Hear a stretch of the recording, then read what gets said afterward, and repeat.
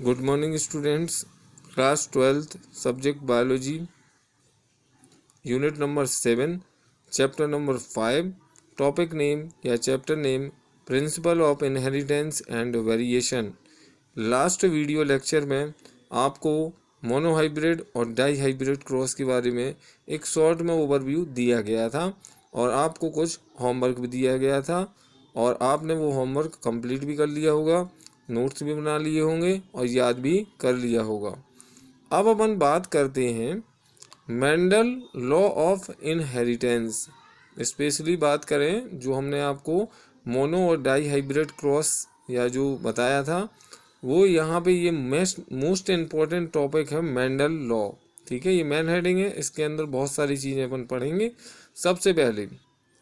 सबसे पहले मेंडल ने जो प्लांट लिया था वो था गार्डन पी प्लांट। ठीक है, जिसको अपन बोलते हैं पाइसम सटाइवम। ठीक, और आपको पता होगा आगे हमने बताया भी था, फादर ऑफ जेनेटिक्स मेंडल कहलाते हैं, जी मेंडल या ग्रेगर जॉन मेंडल। आगे बात करते हैं इन्हें पी प्लांट को क्यों लिया था। इसका रीज़न था ट्रू ब्रीडिंग लाइन। ठीक है, अब ये ट्रू ब्रीडिंग लाइन क्या है। सबसे पहला जो पी प्लांट होता है उसमें सेल्फ पॉलिनेशन का एक कैरेक्टर होता है, जो नेक्स्ट जनरेशन टू जनरेशन इसमें अगर अपन पॉलिनेट करें, ठीक है, तो आपको स्टेबल ट्रेट इनहेरिटेंस मिलेगा। ठीक है, मेंडल ने पी प्लांट के जो कैरेक्टर्स थे उनको डिफरेंट कैरेक्टर्स को लेके जो क्रॉस करवाया उसके अकॉर्डिंग उनने फाइनली 7 पेयर लिए कॉन्ट्रास्टिंग कैरेक्टर के, किसके, पी प्लांट के। ठीक है, जिसको मेंडल ने स्टडी किया था। मैंने लास्ट वीडियो लेक्चर में आपको बोला भी था टेबल नंबर 5.1 फिगर नंबर 5.2 आपको तैयार करना था। ठीक है, वो आपने कर लिया होगा, तो आपको यहाँ पे सब चीज़ें समझ में आएंगी। अब आगे चलते हैं इनहेरिटेंस ऑफ वन जीन या जिसको बोलते हैं अपन मोनो हाइब्रिड क्रॉस। ठीक है, यहाँ पे आपको ये डायग्राम दिख रहा है, इसको आपने बहुत अच्छे से समझना भी है और राइट डाउन भी कर लेना है। जैसे कि आप देख रहे हैं लेफ्ट हैंड साइड पे कुछ लिखा हुआ है, जैसे पेरेंट्स। आपने मान लीजिए पेरेंट्स के प्योर टॉल प्लांट लिए, कैपिटल टी, डॉर्फ प्लांट या इसको बोल सकते हैं छोटे या बोने प्लांट, ठीक है, स्मॉल टी। इनके एक एक कैरेक्टर आपने लिए, कैपिटल टी स्मॉल टी, जिनको अपन गैमीट्स बोल रहे हैं। ये जो कैपिटल टी स्मॉल टी है, ठीक है, ये आपस में क्रॉसिंग ओवर करके कैपिटल टी और स्मॉल टी बनाते हैं और इनको अपन बोलेंगे हेट्रोजाइगस टॉल। ठीक है, ये कहलाती है आपकी F1 जनरेशन। जो F है कैपिटल F, उसको बोलते हैं फिलहाल जनरेशन या शॉर्ट में बोलते हैं F1 जनरेशन। अब अपन को पता है जो आपका पी प्लांट है, ठीक है, उसमें सेल्फिंग या सेल्फ पॉलिनेशन की कैरेक्टर होता है। ये अगेन पॉलिनेट होगा। जो कैपिटल टी स्मॉल टी है F1 जनरेशन में जो है वो 2 पार्ट्स में डिवाइडेड होगा। ठीक है, एक हो कैपिटल टी, दूसरा है स्मॉल टी, और दूसरे कैरेक्टर भी अपन यही लेंगे, कैपिटल टी स्मॉल टी। और आपको ये पोलेट बोर्ड में आपको दिख रहा है, जो ये बॉक्सेस बन रहे हैं इनको पोलेट बोर्ड बोलते हैं, जिसमें आपको 3:1 फिनोटाइपिक रेशियो और जीनोटाइपिक रेशियो 1:2:1, ठीक है, मिलता है। जो भी आपको डायग्रामेटिकली मोनो या अपन बोले मोनो हाइब्रिड क्रॉस, ठीक है, समझाया गया है, उसका एक्सप्लेनेशन के बाद उसका जो थ्योरी जो आपको लिखना है और याद करना है वो आपको यहाँ पे दी गई है। मेन हेडिंग है Mendel experiment with the P plant. ठीक है, उसमें मोनो हाइब्रिड क्रॉस की जो आपको समझाया गया है डायग्रामेटिकली, उसका थ्योरी आपको ये सारा दिया गया है। आगे बात करते हैं मोनो हाइब्रिड क्रॉस के कंक्लूजन की। तो आपको यहाँ पे शॉर्ट में बताया गया, जो मेंडल साहब थे उनने क्या किया, जब उन्होंने डिफरेंट क्रॉसिंग ओवर करी, ठीक है, जनरेशन टू जनरेशन, तो उन्होंने कुछ सिमिलर टाइप्स ऑफ कैरेक्टर देखे जो कंटिन्यू हो रहे थे, तो उनने उनको बोला है फैक्टर। ठीक है, जो फैक्टर है वो तो बाद में उसको जीन्स बोला गया, लेकिन उस समय मेंडल साहब को पता नहीं था कि वो जीन कहलाते हैं। आगे जो साइंटिस्ट आए मेंडल साहब के बाद में, उन्होंने फिर इस फैक्टर को जीन्स बोला और इसको यूनिट ऑफ इनहेरिटेंस बोला जाता है। जो कैपिटल लेटर है, ठीक है। F1 जनरेशन में जो एक्सप्रेस होगा उसको, उस कैरेक्टर को अपन कैपिटल लेटर में लिखेंगे और जो बाकी के रहेंगे उसको स्मॉल लेटर में अपन लिखेंगे, ठीक है। जैसे एग्जाम्पल के तौर पे capital T tall, small t dwarf, clear. अब मोनो हाइब्रिड क्रॉस के अकॉर्डिंग, ठीक है, कुछ लॉ मेंडल साहब ने बताए थे, जैसे law of dominance, law of segregation और प्योरिटी ऑफ गैमीट्स। और जो तीसरा नंबर का लॉ है, लॉ ऑफ इंडिपेंडेंट असॉर्टमेंट, ये बेस्ड है डाई हाइब्रिड क्रॉस के ऊपर, जिसको इन तीनों लॉस को अपन को देखना है और ये मोस्ट इंपॉर्टेंट लॉस हैं जेनेटिक्स में मेंडल के। अब अपन अभी डाई हाइब्रिड क्रॉस को देखते हैं, उसके बाद देखेंगे अपन ये तीनों लॉस। जो दो लॉ हैं वो आपके मोनोहाइब्रिड के ऊपर, क्रॉस के ऊपर डिपेंड बेसिस पे है, और जो लास्ट लॉ है वो डाई हाइब्रिड। तो पहले अपन डाई हाइब्रिड क्रॉस को ही समझते हैं।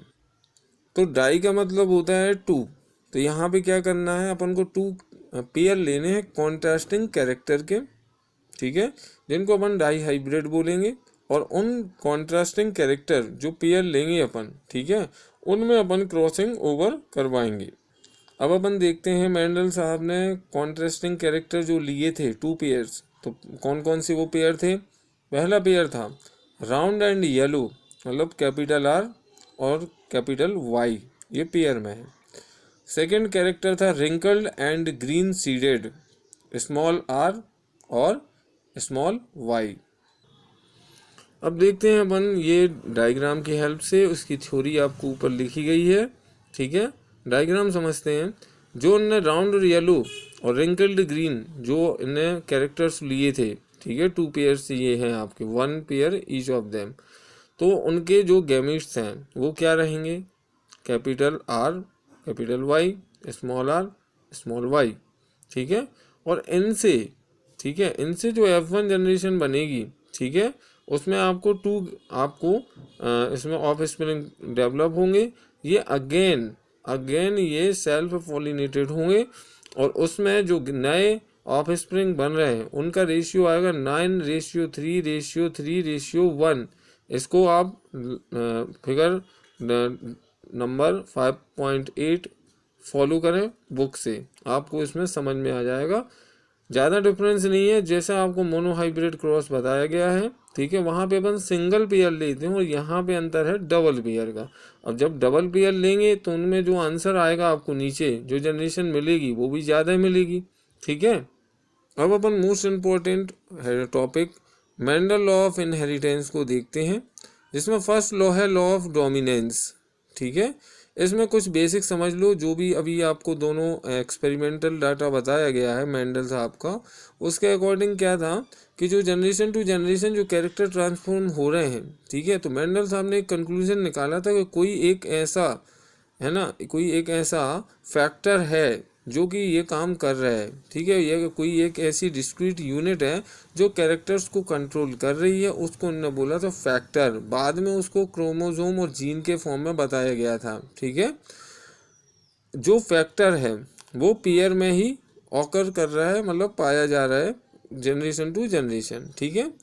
इन dissimilar pair of the factor one member of the pair dominant the other recessive. इनने बोला कि जैसे मान लीजिए सेम अगर कैरेक्टर है तो कोई दिक्कत ही नहीं है, अगर डिफरेंट या डिसिमिलर पेयर है जैसे कैपिटल T स्मॉल t, तो इसमें एक जो रहेगा वो रहेगा डोमिनेंट और दूसरा जो रहेगा वो रिसेसिव। जैसे डोमिनेंट कौन होगा, कैपिटल T, और रिसेसिव कौन होगा, स्मॉल t, ठीक है। नेक्स्ट है इसमें मोनोहाइब्रिड क्रॉस, ठीक है, उसको रिकॉल कर लेते हैं। जो इनने कंक्लूजन बताया गया था मोनोहाइब्रिड क्रॉस का, उसमें उन्होंने बताया था कि इस टाइप के क्रॉस में सिर्फ वन कैरेक्टर ही एक्सप्रेस होता है F1 एंड F2 जनरेशन में, ठीक है। नेक्स्ट कंक्लूजन निकाला था जो प्रोपोर्शन होता है 3:1 इन F2 जनरेशन, ये मैंने आपको बता दिया था। अब बात करते हैं मेन लॉ के स्टेटमेंट की। The character express itself in the F1 generation is called the dominant character and the character which does not express itself in F1 generation is called the recessive character। इनका जो first law है वो ये कहता है कि जो character F1 generation में एक्सप्रेस हुए खुद से, वो कहलाते हैं डोमिनेंट कैरेक्टर। और जो कैरेक्टर, ठीक है, खुद से एक्सप्रेस नहीं हुए कहाँ पे, F1 जनरेशन पे, वो कहलाते हैं रिसेसिव कैरेक्टर। अब इसमें अगर ये क्वेश्चन, अगर आपको स्टेटमेंट क्वेश्चन में आता है लिखने को, तो खाली आप ये स्टेटमेंट लिख सकते हैं। लेकिन अगर ये लॉन्ग आंसर टाइप क्वेश्चन में पूछा जाता है, ये लॉ, फर्स्ट लॉ मेंडल का, तो आपको जो मोनोहाइब्रिड क्रॉस आपको आगे हमने समझाया था, वो आपको वो भी यहाँ पे मेंशन करना पड़ेगा। अगला सेकंड लॉ है लॉ ऑफ सेग्रीगेशन। नेक्स्ट जो लॉ था इसके अकॉर्डिंग ये था कि जो एलील होते हैं या जो कैरेक्टर होते हैं, ठीक है, वो F1 जनरेशन में आपको पूरा कम्प्लीटली शो नहीं होंगे, ठीक है, लेकिन वो F2 जनरेशन में सेपरेट होकर प्योर गैमीट्स के फॉर्म में मिल जाते हैं। यही कहलाता है लॉ ऑफ सेग्रीगेशन और प्योरिटी ऑफ गैमीट का लॉ, ठीक है। इसमें क्या होता है, गैमीट फॉर्मेशन होता है, फिर वो सेल्फ पॉलिनेट होंगे जिससे उनके एलील सेपरेट हो जाएंगे, उनसे अगेन जो आपके गैमीट्स या ऑफस्प्रिंग बनेंगे तो उनमें जो कैरेक्टर्स हैं वो फिर अलग अलग दिखाई देने लगते हैं, ठीक है। जैसे गैमीट्स हैं, ठीक है, only one of the two factor, ठीक है, इनमें से जो दो फैक्टर रहेंगे उनमें से कोई एक लिया जाएगा गैमीट्स में, ठीक है। और जैसे कि इसमें दो टाइप से हो सकते हैं ये, एक कैरेक्टर जो है, एक है होमोजाइगस और दूसरा हेटरोजाइगस। मैंने ये टर्मिनोलॉजीज आपको पहले ही बता दी थी और बोला भी था, ये टर्मिनोलॉजीज जब पढ़ा रहा था उस समय बताया भी था कि ये आपको यूज़ होंगी, तो आपको पता होना चाहिए पहले से। ये आपका सेकेंड लॉ का स्टेटमेंट है, ठीक है, इन हाइब्रिड यूनियन मेंबर, ये आपको बुक में भी मिल जाएगा, ठीक है। और आपको जो मोनो हाइब्रिड क्रॉस आपको बताया था, लॉन्ग आंसर में अगर ये भी पूछा जाता है क्वेश्चन सेकंड लॉ, तो आपको लॉन्ग आंसर में उसका जो है डायग्रामेटिक मोनो हाइब्रिड क्रॉस पूरा बताना पड़ेगा, जो मैंने अभी स्टार्टिंग में बताया है। लास्ट लॉ है आपका थर्ड लॉ, ठीक है, जिसको इंडिपेंडेंट असॉर्टमेंट बोलते हैं। ये लॉ कुछ ऐसा है, जैसे मान लीजिए मान लो कोई दो कैरेक्टर हैं, ठीक है, उनमें से एक कैरेक्टर चाहता है कि मैं किसी दूसरे के साथ अपना ऑफस्प्रिंग बना लूँ, ठीक है, और जो दूसरा है, ठीक है, वो नहीं चाहता, ठीक है, कि मैं उसमें टेक पार्ट करूँ ऑफस्प्रिंग बनाने में। तो ये जो इंडिपेंडेंसी है कैरेक्टर्स की, ठीक है, वही है आपका ये लॉ ऑफ इंडिपेंडेंट असॉर्टमेंट। इसके लिए आपको बुक से डायग्राम नंबर 5.8 रेफ़र करना पड़ेगा, ठीक है। और अगर आपको ये डेफिनेशन याद होती है तो ठीक है, नीचे आपको एक और करके भी हमने दूसरी डेफिनेशन दी है, और नीचे आपको इसके डाई हाइब्रिड क्रॉस जो बताया था उसको पूरा बताना पड़ेगा। बच्चों, आज का होमवर्क आपका होगा biological significance of Mendel law, difference between dominant and recessive character. जितना आज तक बता दिया है उतना आपने नोट कर लेना है और पूरा याद कर लेना है। और जो होमवर्क आपको दिया जा रहा है उसको कम करना कंपलसरी है, क्योंकि आगे जो टॉपिक्स आने वाले हैं वो फिर आपको समझ में नहीं आएंगे। इसमें लास्टली एक चीज़ बता दें हम आपको कि जो आपका सेकेंड लॉ था मेंडल का, वो यूनिवर्सली एक्सेप्टेड है, लेकिन जो फर्स्ट और थर्ड लॉ है वो यूनिवर्सली एक्सेप्टेड नहीं है, ठीक है। अगर ये लास्ट लाइन जो हमने बोली अगर आपको नहीं आई समझ में तो आप बता भी सकते हैं, तो उसको हम आपको डिटेल में भी बता देंगे, ठीक है। नेक्स्ट हेडिंग रहेगी वेरिएशन की। ये तो थे आइडियल केसेस मेंडल के, अब कुछ वेरिएशन भी थे इनके लॉस में, जो कि डिफरेंट साइंटिस्ट ने आगे बताए थे, मतलब इनके लॉ की कमियां। ओके, नेक्स्ट वीडियो के साथ मिलते हैं।